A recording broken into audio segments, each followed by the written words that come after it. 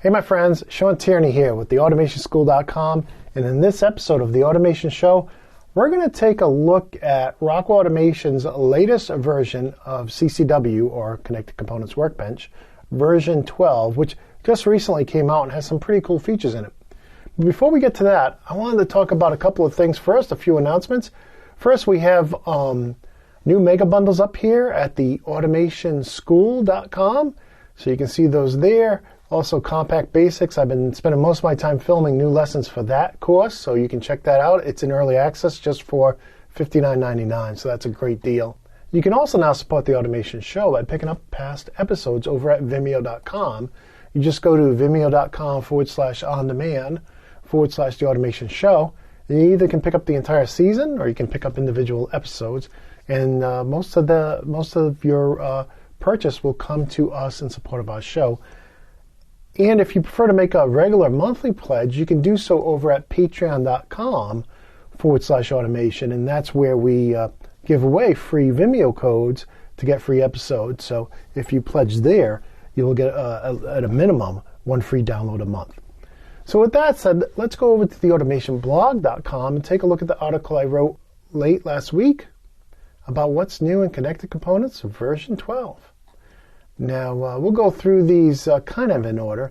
Now, as far as the first thing I talk about, support for new products, I don't have any of these new products. I would love it if Rockwell would send us over an 870 to try out, or Spectrum Controls would send us a micro SD plugin. Those look pretty awesome. But in any case, since I don't have those, we'll skip right to number 2 here, Factory Talk Links. Now, I don't have the skinny on Factory Talk Links. I know it was RS Links Enterprise, and it seems like they're putting that into all of the products so that they can retire RS Links Classic, but all my local technical resources have moved on to other positions, so I'm kind of out of the loop on that. If somebody from the Factory Talk Links group would like to come on the show and tell us about it, I'd love to have them. But in any case, we'll try that out. And matter of fact, let's just go ahead and do that first. Let's go to the to my VMware image here where I installed CCW version 12 here. Let me make sure this is the right version. Yep, version 12, standard edition, the free version that anybody can get access to.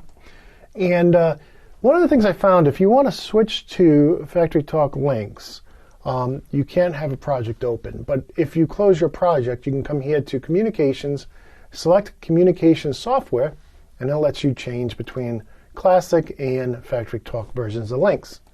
No intelligent links for those old folks out there. That's not an option. In any case, I want to minimize it for now because I want to show you there is this new, at least new to me, Factory Talk Links browser. Let me see if I can bring up RS Links again here. And it kind of looks similar to RS Links Classic. You can see I got my 830 demo out here, and I have both of them browsing the same USB connection. I also had them both browsing the same Ethernet connection earlier too. So that's pretty cool. They don't conflict with each other. You can see there's definitely some new icons here, some new things you can do, different terminology, different look and feel. But, RS Links Classic has more of that Windows 3.1 WinLinks Classic, WinLinks or Intelligent Links look. And then Factory Talk Links has that new flatter, Windows 10 look. So in any case, we just switched there, and if I wanted to, let's go back to CCW. So I wanted to go online here. I should be able to discover. And here we get the Factory Talk Links browser. And then I'll just select my Micro 830.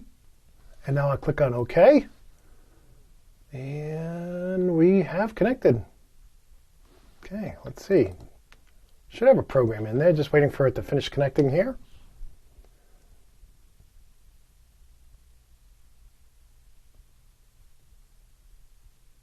Okay, let's see if we can, this is just a very, very simple program. Okay, there it is. I don't know, maybe you guys can explain it to me. I don't know why the zoom in and zoom out buttons are grayed out. So I've been using the mouse wheel here. But, and we can put this into, and this was a feature that was in the feature pack for version 11. It's now included in version 12 here, so I can switch it to the logics view. And, The big difference there would be that on this simple program is just your OTEs, look and feel there.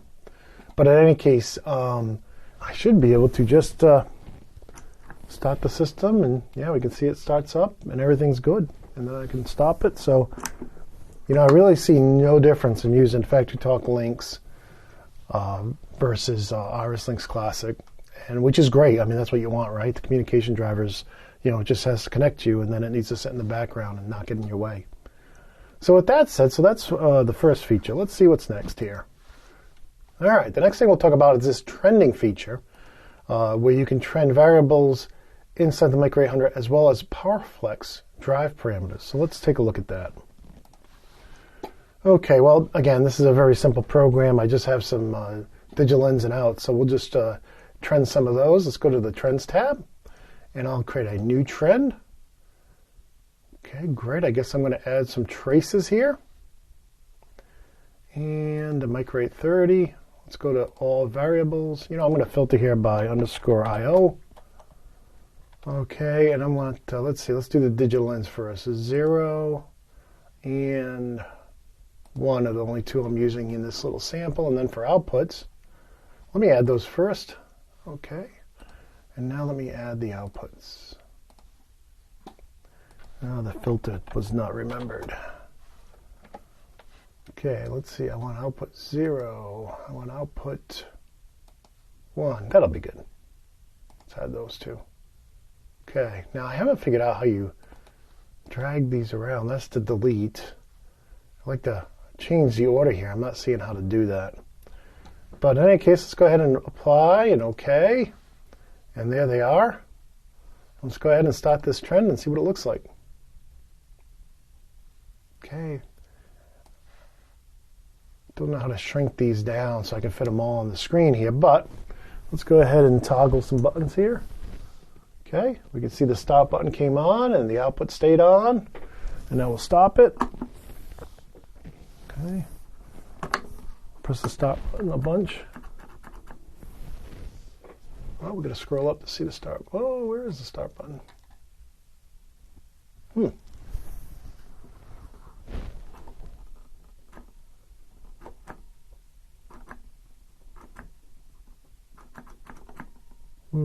If I go really fast, it's not catching it. Let's try. See if I can trick it. Okay, so we know that came on because I got my green motor light on, but the trend didn't see it. And that has to do with, I'm assuming, the speed I have it. Let's go to settings here and see what I have it for speed. Scaling automatic, stacked. That's not what I wanted. We could put them all in the same overlaid, all in the same chart here. But I want to find, where am I going to find the speed here? Let's change this back to stacked.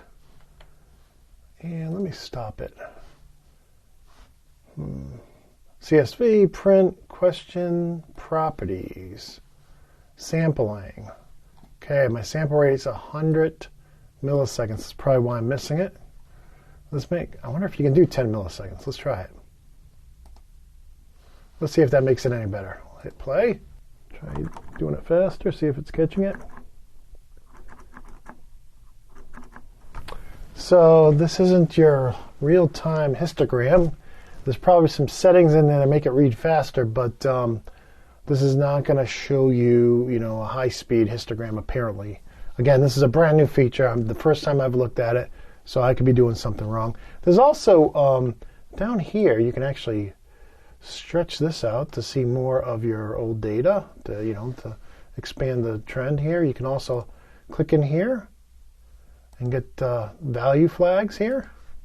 And you can turn those off by clicking on this little pin.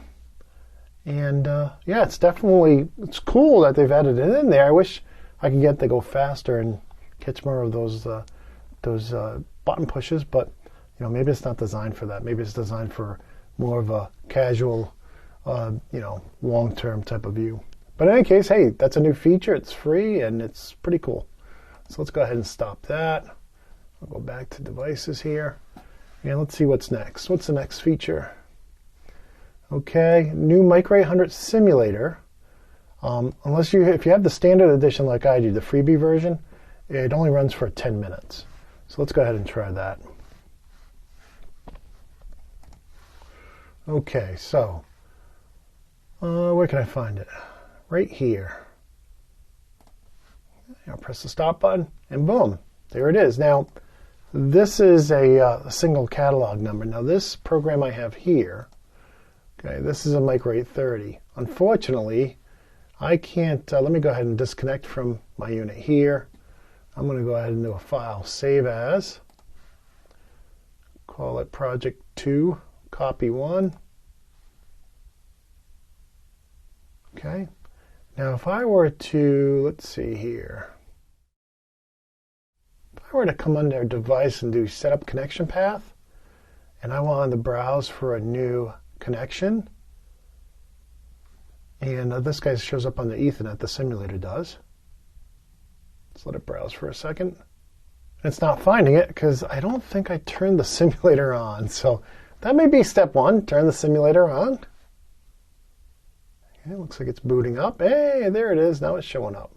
So if I set the communication path for this project to the simulator, unfortunately, I can't download because they're different part numbers.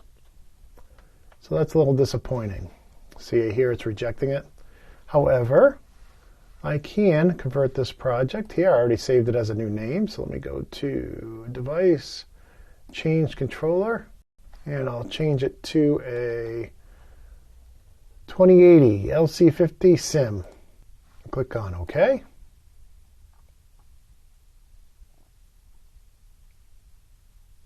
Okay, now let's see if we can download to the simulator. It's thinking.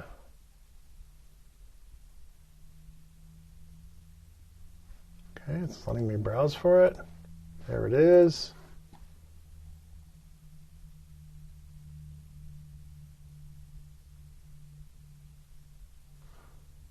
Warning, do you really want to download and overwrite what's there? Yes, I do.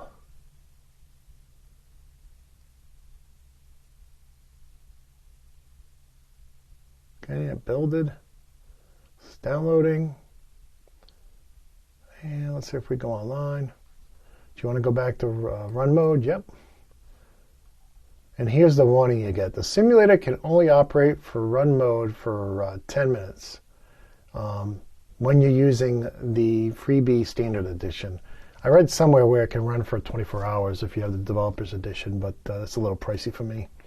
So let's go ahead and click on OK. And that's it. So we're connected, we're online. I haven't figured out how to simulate the wiring, you know, like in the old SLC 500 emulator and PLC 5 emulator, you could do debug files, which was kind of like reverse ladder logic. It appears they have something similar here. You know, I can't toggle this. You know, it won't stay on. So there is, if we go back to the simulator, there is this thing called configure I/O wiring. I have no idea how to use this, so hopefully I can learn. Hopefully they'll release some more information on this and maybe some tutorials or guides or whatnot. But in any case, it's free. It runs for 10 minutes, so at least you can test your code for 10 minutes with the free version, the standard edition. And I think it's pretty cool. It's a pretty cool addition. I just wish you could just take any program and download to it. I don't like having to convert my program from one model to another. But in any case, hey, it's free. What are you going to do? Let me shut it off here. Can I do it? I guess I can just exit. That should take me offline here.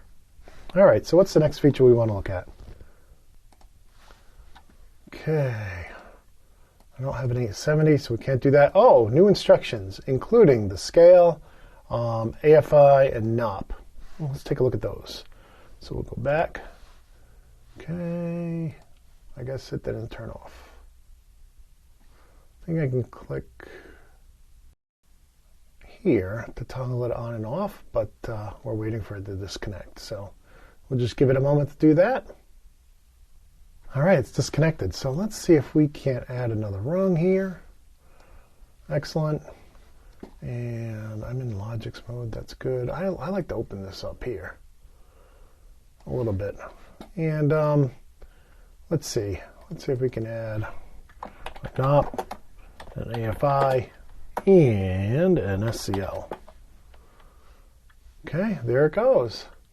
So no operation, always false, and scale SCL, very similar to the scale you find in function block inside of Studio 5000. We have a, or similar to an SCP that we had in the older controllers.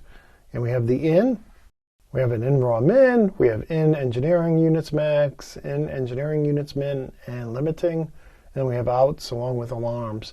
So overall, it looks like a very useful instruction to have added to the system here. So what's next? Disable, enable Modbus TCP server, feature pack version 11, integrated, including copy and paste ladder between CCW, Studio 5000, and RS Logix 500. I think last time we took the look at the feature pack, that didn't work.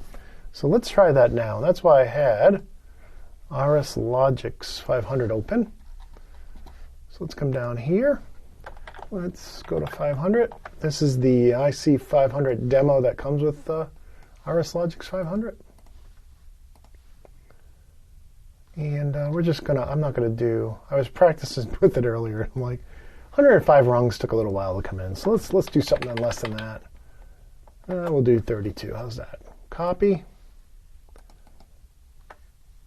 Paste. Let's see what happens.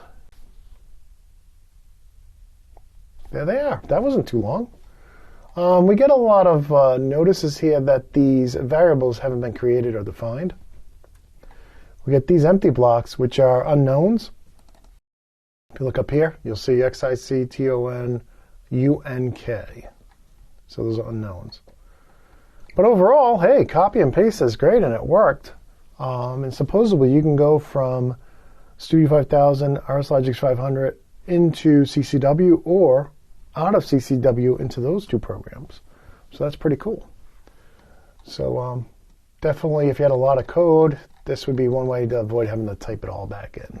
You still have to go through it manually and make sure it all works and create your variables and whatnot, but better than having to type it all back in my book. Let's see what else we got. And that's really it. Let's see.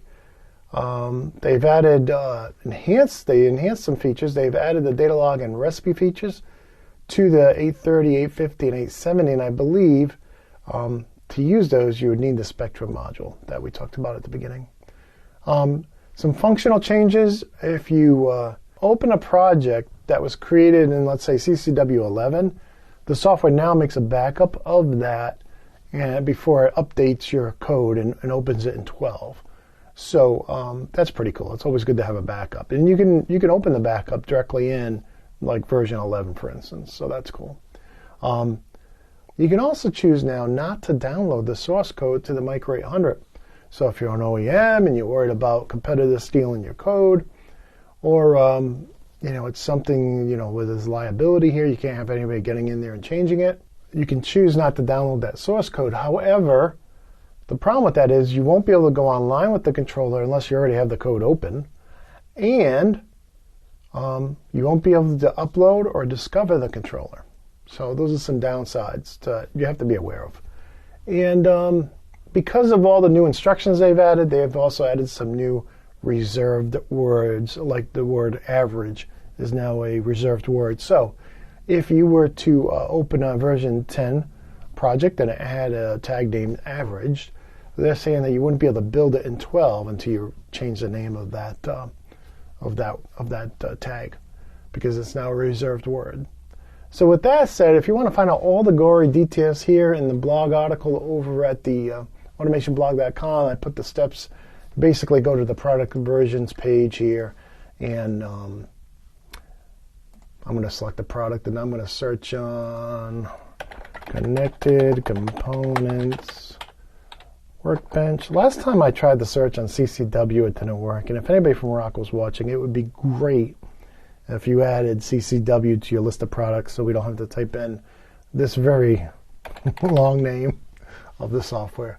There it is. Okay, and here you can get the release notes right here. Okay, or you can download it right here. So easy peasy to get a hold of. And there were some notes about Windows 7 and incompatibility. You'll see that here on the operating systems. We take a look at Windows 7. I forget what it was. It had something to do with systems that looks apparently systems without SP1, but you'll see that in the release notes, which you get right here by clicking on here. And with that, that's our look at version 12 of Connected Components Workbench. What do you think? Are you going to upgrade and start using it? I think there's some cool new stuff. There wasn't really a lot in 11, but I think 12 is a lot more, and it's free. Hey, it's free. It's kind of a bummer that the emulator only runs for 10 minutes if you have the free software, and unlike the software for the Micrologics family, which is only $150, I think the developer package is $500. Now, if you're in a large OEM or a large system integrator house, of course, you can get a Rockwell toolkit, but for independents like myself, instructors, bloggers, and whatnot, we're not going to spend $5,000 to get a toolkit. That's just a little crazy. But in any case, love to hear what your thoughts are on that. And let's see, any other announcements here? Just again, a reminder that we now have a Mega Bundle available, as well as a PLC and a SCADA HMI bundle. Compact Basics is still in early access, but that's only going to last a few more weeks. Most of my time is spent filming lessons for that, so I'm adding new lessons every week. And I hope to be done. I got a vacation coming up. I hopefully be done by the end of May. And what else? If you want to get episodes of the Automation Show or the Automation Minute, the first 4 seasons of the Automation Minute are up here as well. You can go to vimeo.com/on-demand/the Automation Show.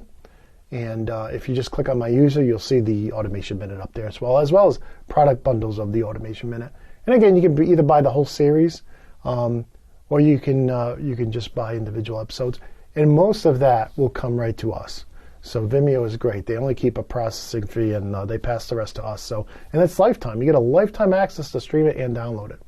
And of course, if you'd rather do a monthly pledge over at patreon.com/automation, you can do that, and I'll be putting coupons up there. Depending on what level you are, bronze, $1 a month, I'll put one coupon up there a month for you so you can get any episode every month. And the higher up you are, the more coupons you'll see every month. But in any case, either way. And with that, that's the end of this episode. Again, you can see the full article over at theautomationblog.com. And that's it. Just have a great week. Stay warm. Hopefully spring will be here soon. But until next time, my friends, peace.